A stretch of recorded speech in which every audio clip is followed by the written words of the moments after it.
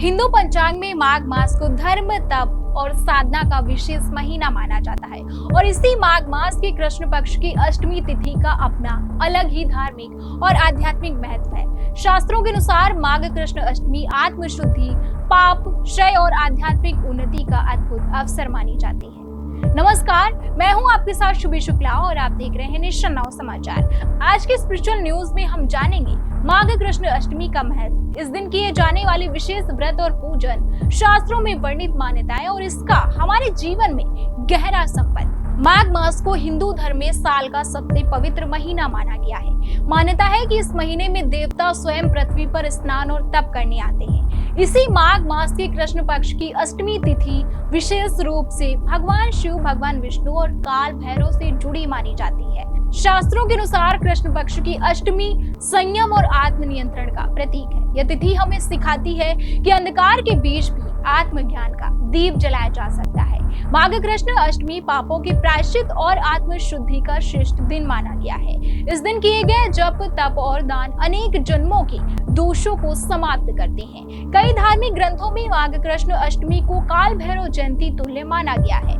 मान्यता है कि इस दिन भगवान शिव के रुद्र स्वरूप काल भैरव की विशेष पूजा भय, रोग और नकारात्मक शक्तियों से रक्षा करती है। काल भैरव समय और मृत्यु के नियंत्रक हैं और उनकी उपासना मनुष्य को अनुशासन और निर्भयता सिखाती है।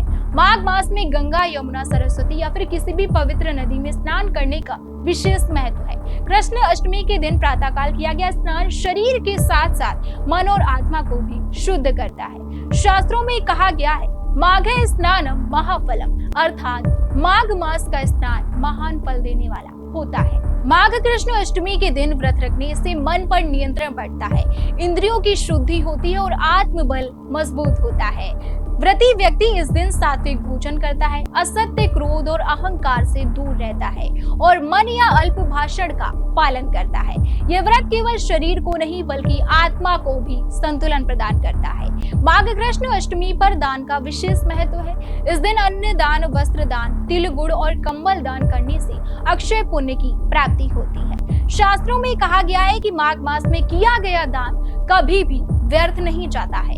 माघ कृष्ण अष्टमी हमें यह संदेश देती है कि जब जीवन में अंधकार बढ़ने लगे तो आत्मचिंतन सबसे बड़ा दीपक बनता है। यह दिन संयम, धैर्य और आत्म अनुशासन का मार्ग दिखाता है। आज की तेज रफ्तार जिंदगी में यही तिथि हमें रुककर अपने भीतर झांकने का अवसर देती है। आधुनिक जीवन में प्रासंगिकता, आज जब तनाव बढ़ रहा है, रिश्तों में कटुता है और मन अशांत है, तो माघ कृष्ण अष्टमी हमें सिखाती है कम इच्छाएं, सादा जीवन और शुद्ध विचार ही सच्ची शांति का मार्ग है। यह तिथि आध्यात्मिक संतुलन और सकारात्मक ऊर्जा का प्राकृतिक स्रोत है।